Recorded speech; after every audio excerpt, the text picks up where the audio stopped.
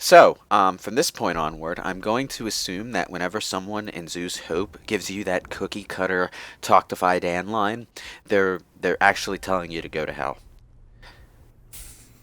Damn. Too soon? He was the hero Zeus Hope needed, but not the one it deserved. Anyway, now we can access the Thorian, which it turns out the prefab colony buildings and the freighter ship that had landed here were basically just parked on top of to prevent people from getting into. Now this was foreshadowed because I think it was what's her name, Murakami, who was manning the crane, basically making sure that you don't mess with it. And that conversation was a little bit odd if you poked about it. So you had a reason to suspect that there was something off about the crane. Maybe it was broken and they didn't want to admit it, or what. But yeah, when you come back, you find out it's obscuring a tunnel to a zombie plant monster machine thing. Well, not a machine, but zombie plant monster creator thing. We just need to find. Yeah. It's death guys to the Aoife tree. When I said it was Lovecraftian, I wasn't kidding. There is some major Lovecraft influence in Mass Effect. You don't normally, get a face-to-face encounter with a Lovecraftian abomination, but fortunately, Well, they without your can- skin melting off or your brain literally imploding on itself. Dude, it's Plant 42. Well, If it had a face. Gave birth. and if it could spit out sexy alien women. I think I've seen this in Species. Anyway, yeah, the Thorian can't communicate with words, so it has this Asari trapped inside of it, who it spits out clones of. And it spits out these clones of her. Not only can they speak for the Thorian, they can also use her biotics. And as far as I'm concerned, these clones are the true boss of this boss fight. Because if you don't take them out quickly, they'll give you some trouble. Anyway, I think her name is Shiala, and we're gonna have an opportunity to rescue her after this, but she was working for Saren. Depending on what order you do the quests in, you actually have more or less reason to believe her side of the story, though. I have no idea what's up with Shiala's eyes. They're always like weirdly tilted and high up into her face, and for some reason they made a screenshot of Shiala's face like that into a poster in Mass Effect 3's Citadel section. It's like a billboard for some sort of supermodel thing. Oh gosh, you gotta do something about that. Where she's got those weirdly tilted eyes, and why did they do that? Was it a joke? I don't get it. I was kind of hoping that you could force push the Asari clone off the cliff. Yeah, Damn just it. like a one-hit kill. Now, the Thorian creepers have one very, very annoying ability, and that's that they spew a whole bunch of acid at you if they get close. The acid bypasses your shields, so don't let that hit. So we have to shoot all of its little roots and then it kills it? You shoot all of its little roots, it dies and falls down the pit. Yeah, basically. Okay. Hello. You gonna react to being shot? Buddy, I'm Hello? shooting you. Such a resilient motherfucker. Pray to this. No, seriously, why isn't this working? I freaking hate that they put the zombies there and don't let you kill them while they're dormant. It seems like the obvious smart thing that a player would want to do. So wait, this guy clones the Asari with clothes and everything? Because, like, it had, like, a backpack on it. Yeah. Complete with fabric. Yeah. The only difference between the clones and Shiala herself is that Shiala is an Asari with, Asari blue skin, whereas the plant versions are all green. Color-coded for your convenience. I guess it's eco-friendly clothing, then, maybe? I don't know. 100% biodegradable. Just like the rest of her. The only real Paragon Renegade choice that comes to this fight that, actually affects the story rather than just being dialogue choices to express your desire to end things peacefully. You have the Paragon choice to either to spare Shiala after this and let her help at the colony of Zoo's Hope, which is another thing that you can do to help the colony, and you have the renegade option of executing her on the spot. She accepts this, gets down on her knees, puts her hands behind her head, and when you shoot her, your face is soulless. It's like a glass doll of you just staring straight ahead, not even down at her, just straight ahead. It's terrifying. What's wrong with your face? Oh, man. You guys gonna get up? There we go. Now I can shoot The them. running animation is so goofy. Yeah. But no mere Shepard can resist the evil of the I finally hit creeper. something with Carnage. I feel so happy. The thing that makes the running look kind of silly is just that they're so slow. Like, maybe if they were running a lot faster and coming at you at breakneck speed, it would be more intimidating. But because they're just, like, sort of jogging to you... They look like Scooby-Doo villains. Now here's the Yeah. thing that slightly weirds me out. The health bar for the Thorian has the little indicators for the pressure minigame. I have no idea why. They don't mean anything in the context of the Thorian. They're just there. Okay. Like And off he goes. Woo! Sorry, knocking enemies off of like really high ledges is like always my favorite thing to do in these sorts of games. Especially with ragdoll physics. Yeah. Now, the cool thing about the lift spell in this game is that it has an area of effect. You can get the same effect with the pull spell in the pull biotic attack in Mass Effect 2, but you have to level it up to its highest level and specifically select that upgrade over top of a duration boost. So I don't usually do that in that game. I know. I see. It looks like you're intentionally aiming for the chest area, but do headshots do more damage? It's because I'm using a shotgun, and I don't think headshots do more damage, but, you aim for the bigger part of the body, you're more likely to hit. And the shotgun is Are also... dick shots renegade? Huh? Are dick shots renegade? Oh, I don't know. But, I don't think these things have dicks. I would assume so, Well, not anymore. but, I don't actually know if headshots do any more damage, but because the shotgun uses a spread blast, you want to shoot the torso to get the most DPS out of it. I mean, you can shoot them in the head, but not all of the bullets are going to hit the head. Yeah, like Lewis, I just aimed at the body, too, because, like, when they're running at you and there's, like, just a group of them, yeah, you go for the biggest part that you can hit. In a high pressure situation. Headshots do more damage in Mass Effect 2, for sure. So that's a thing. I just be. Oh, God. There go my legs. Stop puking on me! I like how that push did just enough damage that when one of the creepers landed on the floor, it just sort of exploded into jelly.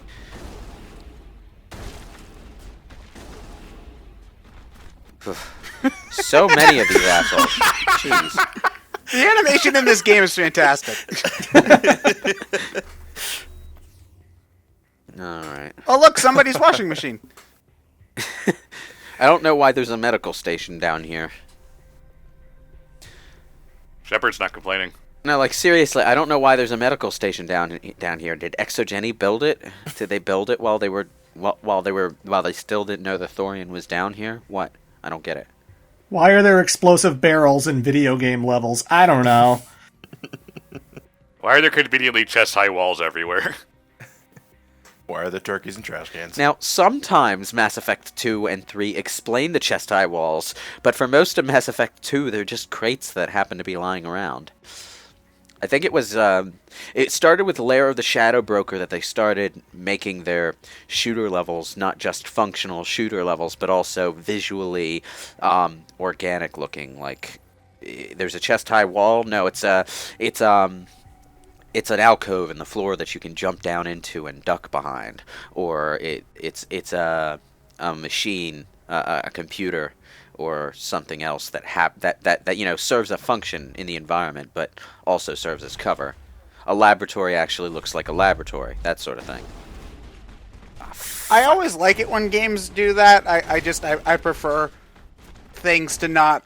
Like, the one thing about factory levels in platformers, it's just like, okay, what the heck are you going to be manufacturing in a predictable and efficient manner with 20 million conveyor belts and saws everywhere? How does Raccoon City be? Well, when you're going to work at Umbrella office at the Umbrella office, you just have to walk in through the front door, go and find the red key, put it into the statue, go and get the blue key, run back down to the basement, dodge a couple of zombies, go get this block, which isn't actually a key, but it might as well be because it allows you to reach the attic where you can finally get to your desk and start working. And that's just clocking in. Don't even get me started on going to lunch. The police chief was very quirky, okay? That's one way to put it, yes. That's putting it very fucking mildly. Don't question it, So did Leon have to pass like some puzzle solving test in order to get hired there or something? Yeah, solve the shapes. So you can put the square in the square hole, the circle in the circle. So you're saying that Raccoon City Police Department is staffed entirely by 3-year-olds then? That would explain a lot, actually. Yeah, that would explain a lot. Like, there's even, like, a file in Resident Evil 2 where, like, the chief literally loses his shit because, like, someone was trying to move one of, like, the jewel puzzles around. He's like, what are you doing touching that? Yeah, it's in the way, sir. It was the statue. It was one of the 2 statues that you have to move around Yeah. to get one of the... Yeah, that one. And it's hilarious too because the police station in Resident Evil 2 is intentionally weird because Police Chief Brian Irons kept bringing in all this artwork and stuff, and there was a library and everything. He's basically just insane, and nobody questioned this shit. Well, crime has been down all year, and he's friends with the mayor, so you can't really stop that political power, Like, he gets to do what he wants. Okay. More zombies. Whew. Man, it's a good thing I don't need to reload. It's a good thing these zombies are incredibly stupid. It's a good thing that the, stick-thin arms that my character model obligatorily provides me to hold this gun don't snap every time the recoil hits. Yeesh. No, it's okay. If they don't just bother to question that, because the only way for you to get out would be to crawl through the ventilation duct, and there's no way you can fit in there, so it's obviously the blind kid who did it instead. Sorry. Whenever I hear that, I just think of Apollo Justice and how stupid that is. Never mind. Ignore me. Okay. I kind of like the idea of the Thorian just like kneeling there. It adds a bit of tension to the fight because you're not sure whether or not they're going to get up. Except they don't get up until you the start same doing time, something. Kind of makes them look like heavy sleepers. It's like, wow, these guys are pathetic. Okay. Is that all of them? No. It's not all of them. No, there's 2 more. Yeah, there, the moment but I they're shoot kneeling. it, 2 more of them get up, but Thorian's already dead. So, choke on these nuts. They're cashews. Great. Yeah, I'm allergic. Yeah, peanut allergy. We just killed Cthulhu's special younger brother. What a world. I'm sorry, she's more of a purple, sorry. Yeah, those are a thing. Blue, purple, different skin Thank you tones. for releasing me. Yeah. I'm fine. Or I will be. In time. Until then, I am not fine. I served. Made sure So why would you kill this person if you're a renegade, then? so did I. It's not her fault she got eaten by It a... really depends Cthulhu. on what order you do the plot missions in, because if you're doing Pharaohs first, you have basically no reason to believe anything this girl says. But the other missions support it with additional information about indoctrination, Matriarch Benezia being mind-controlled, that sort of thing. So, if you do Vermeer before Pharaohs, if you do Novaria before Pharaohs, You've seen more than enough to know that Shiala is probably telling the truth here. But if you do Pharaoh's first, it's just like, okay, do you want to trust her or not? Well, you can not trust her and still not need a shooter, though, is also the thing. Yeah, and like there's only two options. It's like she can go with the colonists in Zoo's Hope, or you kill her. There's no like, Take okay, her we're going to prisoner. arrest you and put you in a jail cell, and Well, Make sure you're out of the way soon, just in case. You're lying, you don't do anything. there is the point that the Normandy doesn't really have a place to put prisoners. It's kind of a small ship. Garrus doesn't need to have his own room. Yeah, well, nobody has their own room. It's all sleeper pods. It's depressing. But So just throw her into one of the sleeper pods then. I have my own room, but I'm the commander. Oh, well, aren't you special? Yeah, like people don't have their own rooms on the ship until Mass Effect 2 gives you a larger ship, where there's a bunk room for the ship staff. There's the commander's Sleepover room. party. There's there's an entire floor that's dedicated to this luxurious room for Commander Shepard. There's a second set aside room for the executive officer Miranda. There's 2 bathrooms. And amusingly, the only one that will open for you is the one that matches which gender you picked. I guess the automatic doors can tell the difference between a man and a woman. There's a lounge with a bar in it, and there's an observation room with a bunch of couches and a nice window looking out on the stars. All our taxpayer monies are paying for this shit? No, the ship was built by Cerberus. It's okay. Their terrorist funds went into the ship, and then we made off with it. We took it from them and brought it back to the military after completing the game. Yeah, but those ill-gotten goods came from our taxes, so we still essentially paid for it. Yeah. It's a fantastic ship, though, the Normandy SR2. It's my favorite one of the two.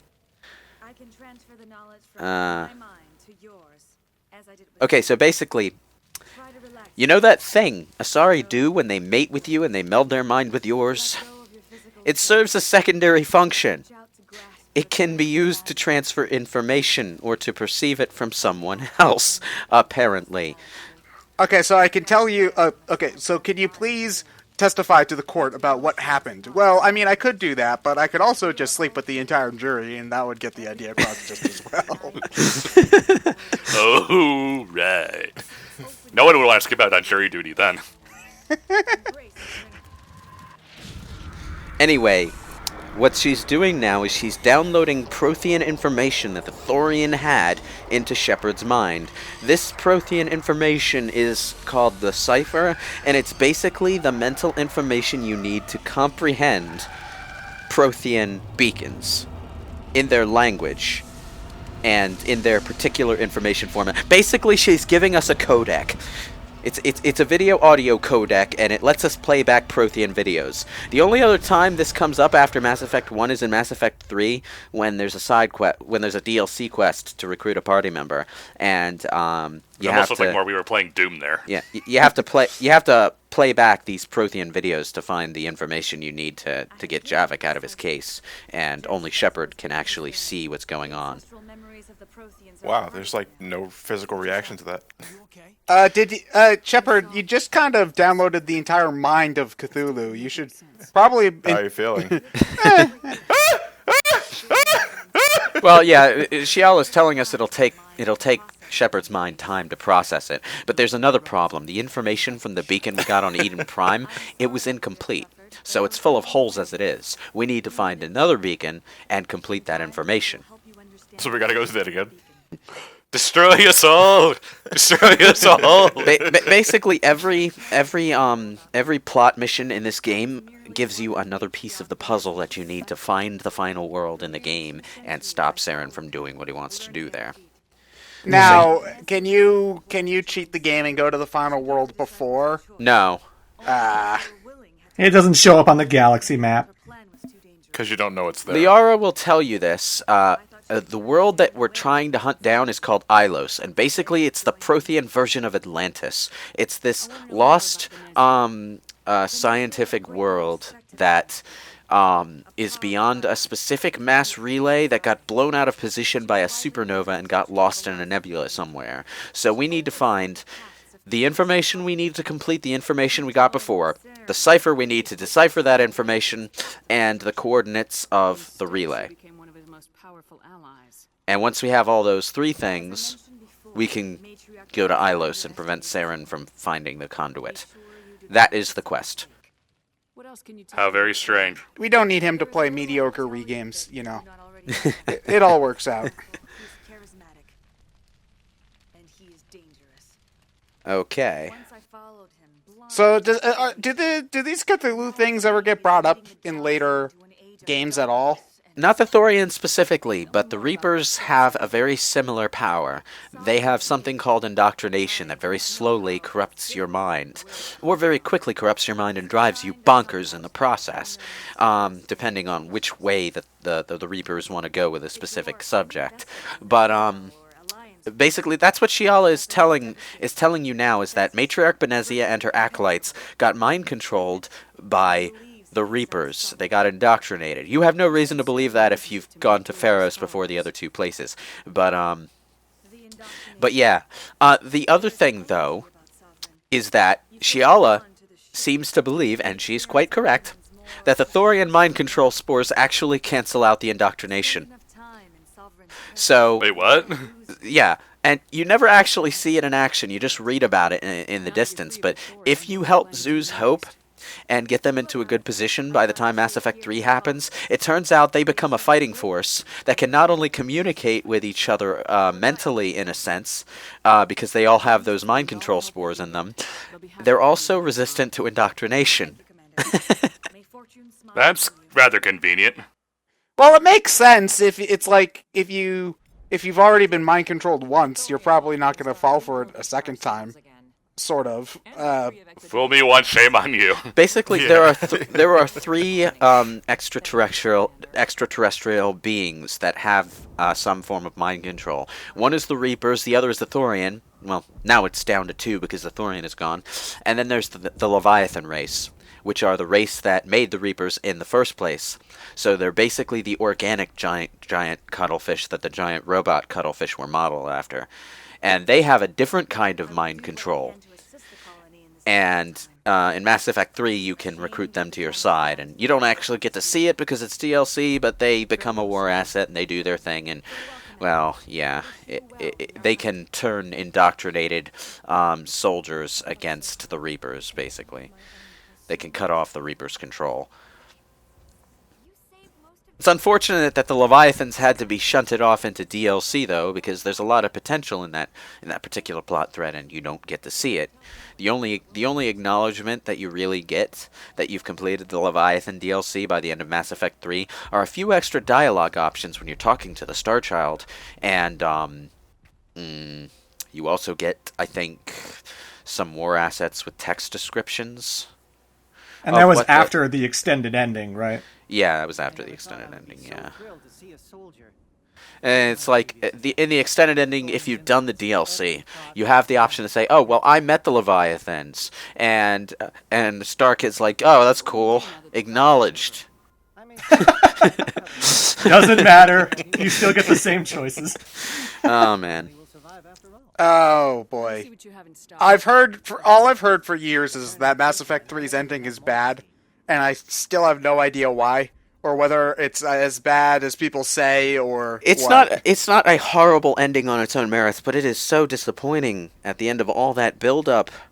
It's like it's not the worst or most blundered ending to an epic story ever. I've seen far worse, like Stephen King's The Dark Tower series. Patrick Danville, what the fuck was that? But yeah. I still think it's pretty good when you actually download the extended ending DLC, which is free. Like, they don't make you pay for it, but basically a lot of people complained the ending was too short, didn't explain enough, and then they made an extended ending to satisfy the fans. And it certainly doesn't change, like, the core problem with it, but it does add some epilogue, and it does add some it adds extra substance stuff to the ending. It gives you a sense of closure that the original cut of the ending just did not have. and it adds a few things that are playthrough specific. Like if you romance someone and your military force is so low that you're on track to get the bad ending, and you bring your love interest with you in the final party for the last push to the ending, you get to watch your love interest get disintegrated by a Reaper laser. Oh no. War. It's fantastic. And she reaches out to Shepard, and Shepard is looking into his or her eyes, and then disintegrated. It's pretty gut wrenching when it happens. If it happens, it hasn't happened to me because I'm completionist, so I always have all the war assets. But I've seen it on YouTube. It looks pretty goddamn, yeah. And yeah, they also added a somewhat questionable scene where there's an evacuation ship. The Normandy flies in to evacuate your party before the final push, so that you actually find out no, they didn't die if your war assets are high enough for that to happen. It's just like, well, the last time we saw them, they were on Earth, and then all of a sudden they're in the ship, and like, how the hell did they get in there? So they needed to add that. Yeah. So they added that as a transition. It's also a final farewell if your love interest happens to be with you. So yeah. That's a thing. The extended cut it's not perfect, but it does significantly improve the conclusion of the game, and I appreciate them, being classy enough to add that in.